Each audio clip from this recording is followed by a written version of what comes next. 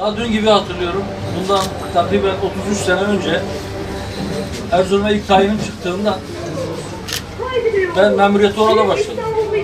2 yıl Erzurum'da çalıştım. Erzurum'un ekmeğini yedim, suyunu içtim. Hani derler, Dadaş Çeşmesi'nden su içmeyen Erzurum'u sayılmaz.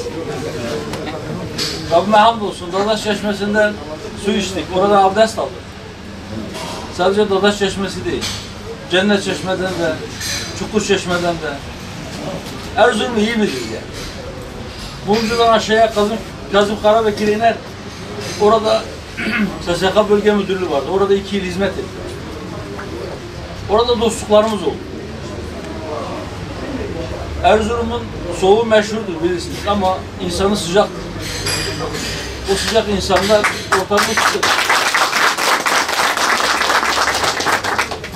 14 Mayıs akşamı belki İstanbul 3. bölgeden vekil olarak gideceğiz ama ben bir yönüyle işte Erzurum'un ekmeğini yediğimiz, suyunu içtiğimiz için beni de bir fahri hemşeriniz, fahri vekiliniz olarak kabul edersiniz.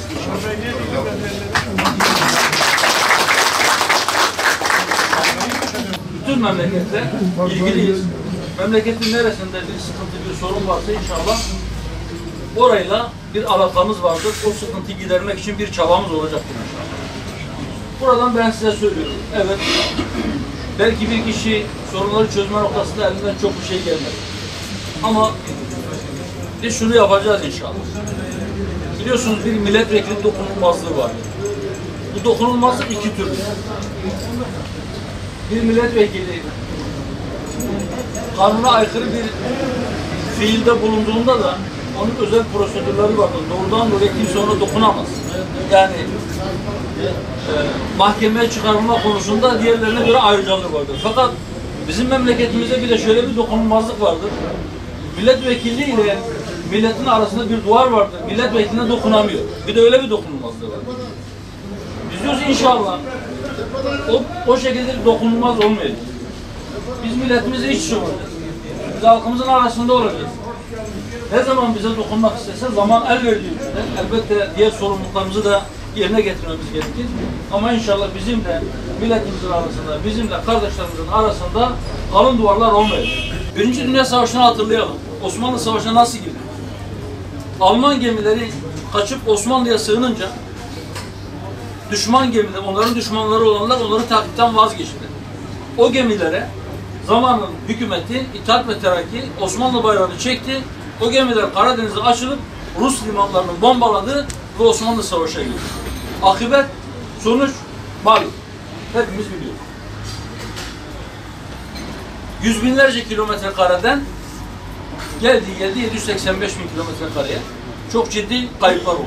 Can kayıpları oldu. Çok ciddi mali bir faturası oldu. Çok ciddi siyasi faturası oldu. Hilafet gitti, toprak gitti, siyasi güç gitti, ekonomik güç gitti.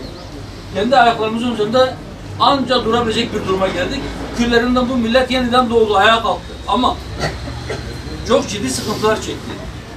Şimdi eğer biz ondan ibret almazsak, bizi ilgilendirmeyen, doğrudan doğruya taraf olmadığımız bir savaşa yeniden bu memleketi sokarsak, Allah muhafaza etsin, şu 2. yüzyılın başında belki 100 yıl önce yaşadığımız sıkıntıların benzerini hatta daha ağırını yaşayabiliriz. Doğu Akdeniz'den çıkacak olan petrol ve doğalgaz belki önümüzdeki 100 yıla etkileyebilecek, bütün toplumun 85 milyonun refahını etkileyebilecek çok büyük kaynaklar. Bazıları diyor ki bizim Doğu Akdeniz'de ne işimiz? Ya da bizim Libya'da ne işimiz? Bizim Mısır'da ne işimiz? Şimdi bu yaklaşım, bu bakış öylesine söylenmiş sözler değil.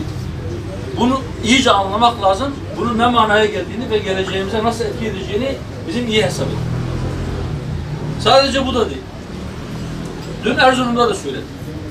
Şimdi masada 6 tane parti vardı. 7. partide destek vereceğini açıkladı. Ama sadece bu 7 değil. Bir de dışarıda bir 7'li var. Nedir o 7'li? Bir tanesi Amerika. Birisi İngiliz. Birisi Alman. Birisi Fransız. Bunlar uzaklardaki küresel çapta oyun kuracağım diyen ve dünyayı kendi çiftliği gibi gören küresel aktörler. Bunların hepsi bu adam gitsin diyor. Niye? Sizleri çok sevdikleri için mi? Sadece bunlar değil. Ermenistan bu adam gitsin diyor.